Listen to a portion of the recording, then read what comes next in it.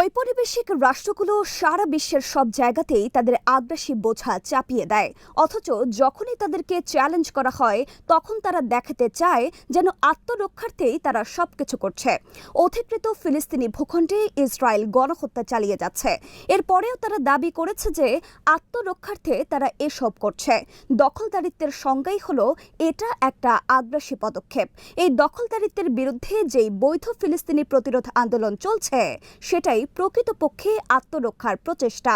কিন্তু এই সন্ত্রাসী জায়নবাদী রাষ্ট্র আর তাদের সমর্থকরা এই প্রতিরোধ আন্দোলনকারীদের নাম দিয়েছে সন্ত্রাসী।